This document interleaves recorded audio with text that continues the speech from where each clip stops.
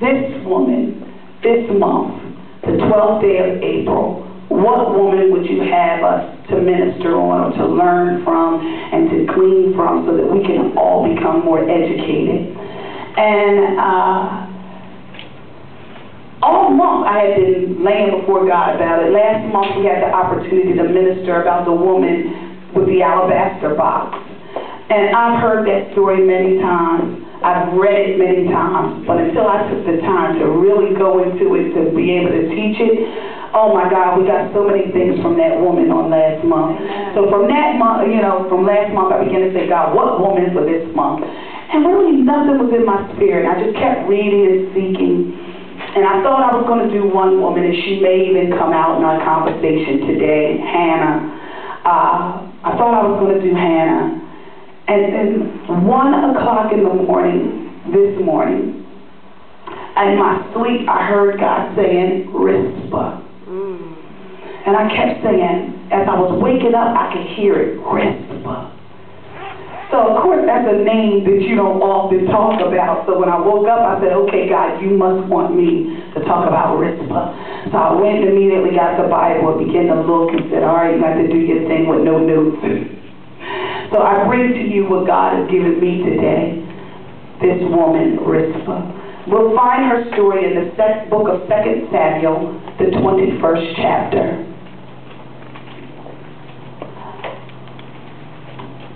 There is a woman who's now pastor, Jackie McCullough. She has a women's ministry that's called the Daughters of Rizpah. So I always wanted to know why she named her women's ministry the Daughters of Rizpah, and that's what inspired me a long time ago to look up Rizpah. So I had a little basic information about her, and I thank God about 2 years ago the Lord had dropped a message in my spirit for Mother's Day, and the title of the message was Protect Your Seed, and the Lord had given me this woman, Rizpah. So I have a little knowledge about this woman, Rizpah. But I tell you, this morning, he began to take me deeper into Rizpah's life. And I said, my God, I see why you said Rizpah. In the book of 2 Samuel, the 21st chapter, beginning at the first verse so that you can get the whole principle, it begins, Now there was a famine in the days of David for 3 years, year after year. And David inquired of the Lord, and the Lord answered, It is because of Saul and his bloodthirsty house, because he killed the Gibeonites. So the king called the Gibeonites and spoke to them. Now the Gibeonites were not the children of Israel, but of the remnant of the Amorites. The children of Israel had sworn protection to them, but Saul had sought to kill them in his zeal for the children of Israel and Judah. Therefore David said to the Gibeonites, What shall I do for you, and what shall I make atonement, that you may bless the inheritance of the Lord? And the Gibeonites said to him, We will have no silver or gold from Saul or from his house, nor shall you kill any man in Israel for us. So he said, Whatever you say, I will do for you.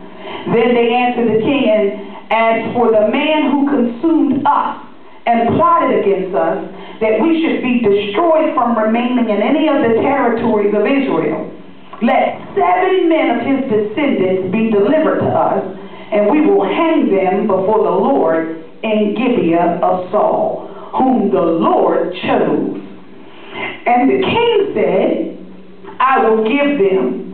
But the king spared Mephibosheth, the son of Jonathan, the son of Saul, because of the Lord's oath that was between them, between David and Jonathan, the son of Saul.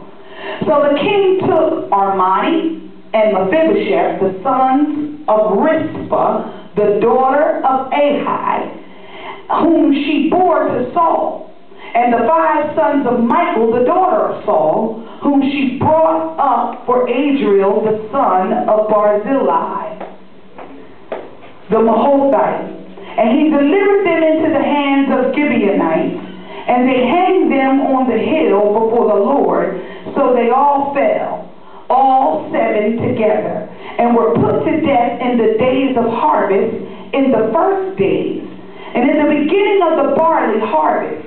Now Rizpah, the daughter of Ai, took sackcloth and spread it for herself on the rock, from the beginning of the harvest until the late rains poured on them from heaven. And she did not allow the birds of the air to rest on them by day, nor the beasts of the field by night.